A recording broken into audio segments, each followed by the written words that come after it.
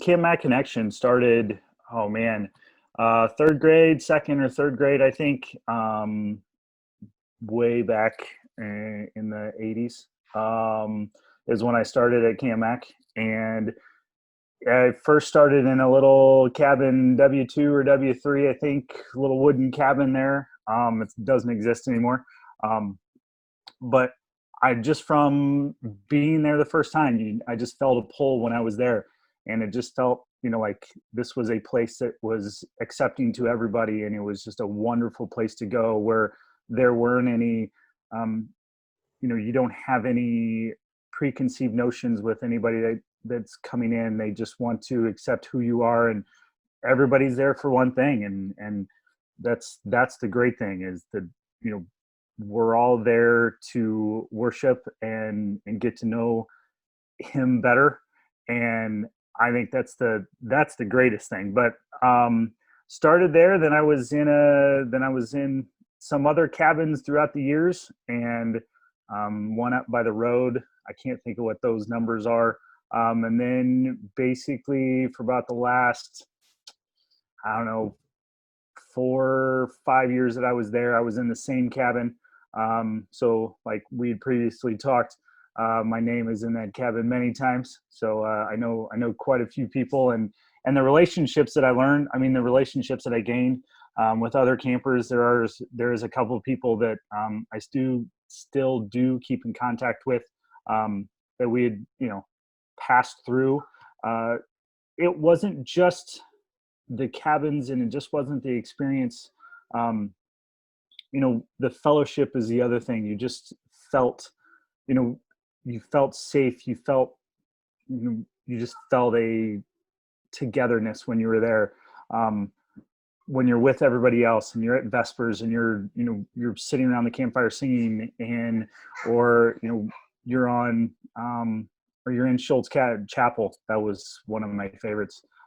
Sitting in there alone, just kind of meditation, but more of just existing and allowing the feel and the hand, of Christ on your shoulder, where you can just talk to him. You almost feel like he's sitting right there. It's just a wonderful place. My experiences go not just church side. They also go, like they also go to, I was a 4-H counselor there for 3 years. So it was after I'd kind of aged out of the church, and, of the church side of it. I didn't do any of the youth group stuff as much there, because I got into 4-H and FFA, and I was more into, some sports during the summer, and it didn't take a backseat because it was always there. Camp Mac's always been there. And so, when they had the opportunity to be in for 4-H camp, and I was like, well, yeah, absolutely, I'm going to go, because it has a place in my heart, and Camp Mac always has been. So, yeah, I would probably say 87, 88 was my first year there. And it just kind of, and when my church goes, North Winona Church of the Brethren, I mean, obviously not this year, but every year prior, we always have one Sunday that we go and worship and eat and fellowship and just hang out. And that's a Sunday I look forward to, because it's one of those I get to go back there. So, a lot of stories, a lot of history. I mean, I've got tons and tons of stories that I could talk about for all over, but it's more of just, it's the fellowship. It's the welcoming, the calmness when you're there, the just, you just feel at home. You feel, you just feel safe. You feel just content. And, there's not a lot of, there's not a lot of stress. There's not a lot of, when you're there, you just kind of get to exhale and just exist, I guess. You just really don't have the outside world to come down on you. You're just kind of like, this is my place to just chill. So, yeah, Yeah, it's a wonderful place. Wonderful But place. I I was always a swimmer. So I mean I swam, in middle school and high school and competitive. And so it was one of those that I always was that was my thrill was, you know, morning dip. Like let's go out and let's like there's one way to and as I'm saying this, my daughter's in the living room going, "Oh, I love morning dip." And so that's there we go. Um, and that was I loved it. I was like, "Hey, yeah, let's go." And it was like, "No, it's gonna be too cold." I'm like, "Yeah, but what better way to start the day, right? Let's go jump in the water and get a little, it'll wake you up." I love swimming. The other thing I could swim out there all the time. And fortunately, we live in Milford, so there are times we'll take the girls out to the beach and they can swim in Wabi. But that, and I mean, that would be one, but more of the just being on the water, um, in a canoe, going around Rock Island and going and seeing the barge. Like anything that had to do with the water when I was there, I was game on. Like, yeah, let's go get in the water. Let's go, let's go sailing. Let's get in the canoe. Let's go. so it sounds like if splash camp would have been a thing when you were a Oh, kid, you would have yeah. signed up. When I see the pictures of like that big inflatable thing that floats, like Mm, the even at summit. 41 years old, I still want to go and jump on it and slide down and like climb. Like anything that has to do with water is amazing out there. So um, that would be one thing that is just, yeah, that would be, That'd be your yeah. camp. Oh yeah. Oh, absolutely. Anything in water, I'm on it. It, the only thing that's really changed is that I get to live vicariously through them when they go to camp because now it's like the same type of experiences that I got, she's getting or they're getting, and you get to relate. You can relate to that. She's like, "Oh, we did this," and I was like, "Yeah, I remember that too." And you kind of have, because the songs don't, the songs are always there. Everything is structured. It's not the exact same, but through I do it hasn't changed me and my idea. It's just that now I get to see the joy, and you get to see them light up as well, telling the stories about what they did and what they learned, and and how they prayed and how they worshiped together. And I think that's the most important part, is that they're getting that as well. I had my opportunity, I embraced it, I you know just went, I loved it, and now it's their turn.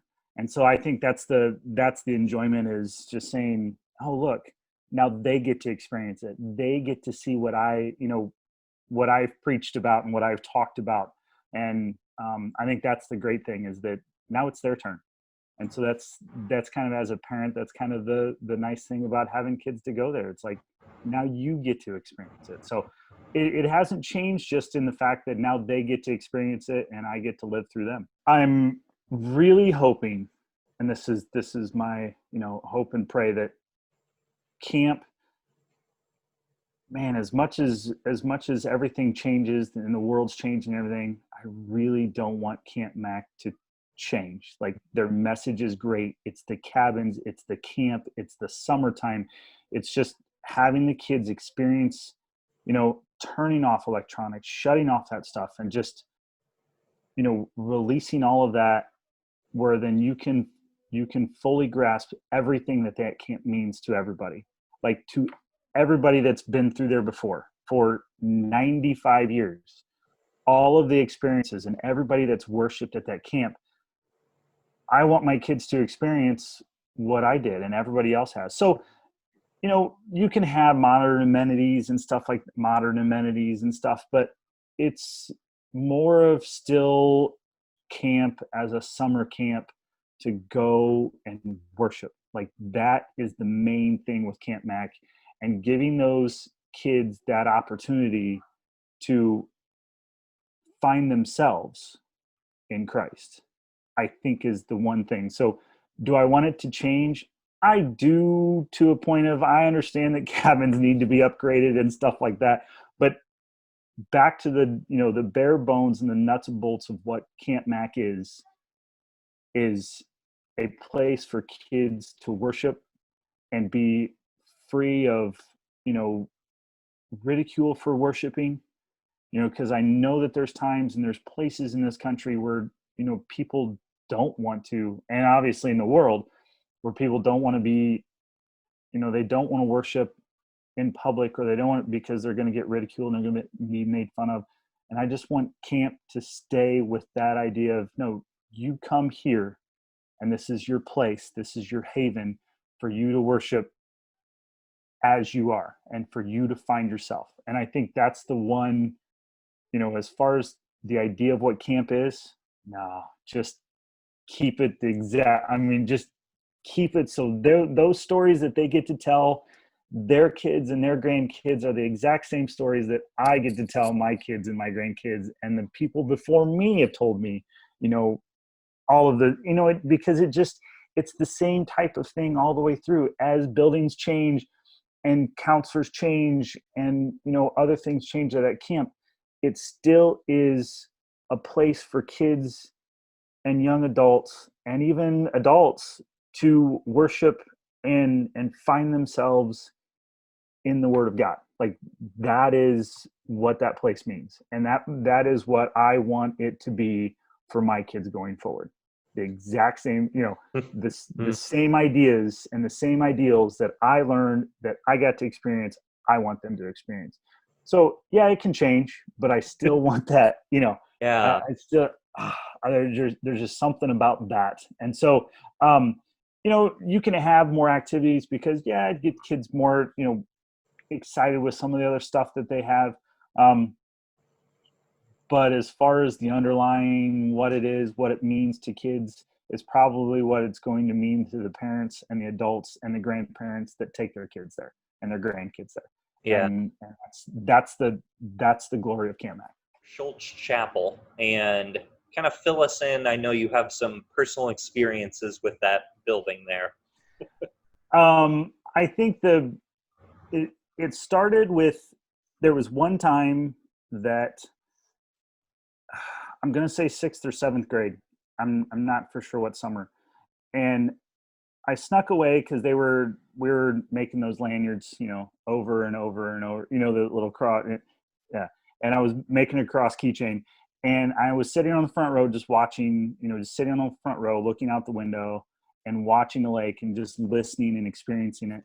And like I said, it felt like I could talk to him one-on-one. Like I could, like, Jesus Christ was sitting right next to me and we were talking, and I was just having that moment of, wow, you know, and this place is, you know, this little chapel is amazing.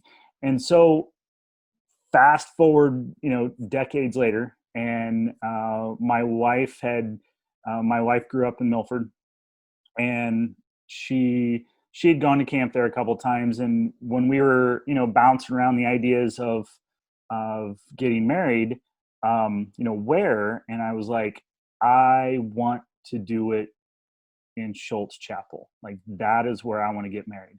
It's the dirt floor, it's the field stone, it's just the feel of, this is, you know, we didn't want anything big and fancy. And I said, this is the perfect place. This is the place that I feel like I was drawn to it. Like, there was something that made me think, you know, this is where we need to, you know, this is where we need to say our vows.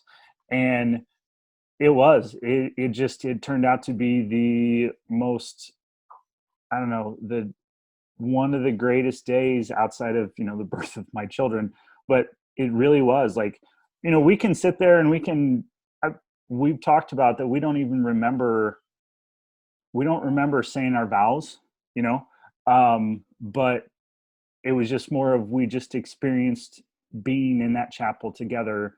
And we went back after that and had some pictures taken a year or so after, after our daughter was born. Well, maybe she was about 1, so she was walking, but we went back and had more pictures taken in that chapel with her and my wife and I, just because it's one of those that every time I go to Camp Mac, I go in that chapel. I go and I sit down and I pray and I meditate, and it's just something that that chapel has, there's something in there that is just, it's amazing. And I can't really describe it other than, you have to go and experience it and just sit and just let the entire thing, you've got to, just take everything in. And yeah, there's something about that chapel that means a lot. And I think and I lead it all back to that one day, that one little moment in time that sticks with me, that will stick with me forever, that I sat there and was like, it was just at peace, and I was at peace. And it was, and that was the changing. I mean, I really felt like that was my moment, of where I was like, this is it. I'm where I need to be. This is who I'm going to be. This is who I'm going to worship. I'm going to give my life to, it's it. That was that moment. And I don't know how to explain it, but it just was, it was a life-changing event that, at anybody else would have just, yeah, okay, we sat down, you looked out, but there wasn't anybody else in there. And it was just me. And I really felt it. I felt the spirit, and I just, yeah, it was amazing. And so that chapel means a lot to me. And that's why I really, but my wife was like, yeah, let's do it, because I like that little thing. I like that little place too. And I was like, yes. So we had about 25 people is all we had, and sat in there, and we had candles everywhere, and that was it. And we had a friend play guitar for a song, and that, it was perfect. It was absolutely perfect. And like I said, it leads back to that one day, that one moment in time that I sat there by myself, and everything just felt right. So looking towards a time here where we're able to come back to Camp Mac, it sounds like your first stop is Schultz Chapel. Always. Well, we hope to be able to have you back at camp soon and host North Winona and campers and all of that again here soon. I know. I'm looking forward to it. I really am. Well, thank you so much for taking the time to chat today and for helping be a part of 95 for 95 and Camp Mac Giving Day. No problem. I totally appreciate it.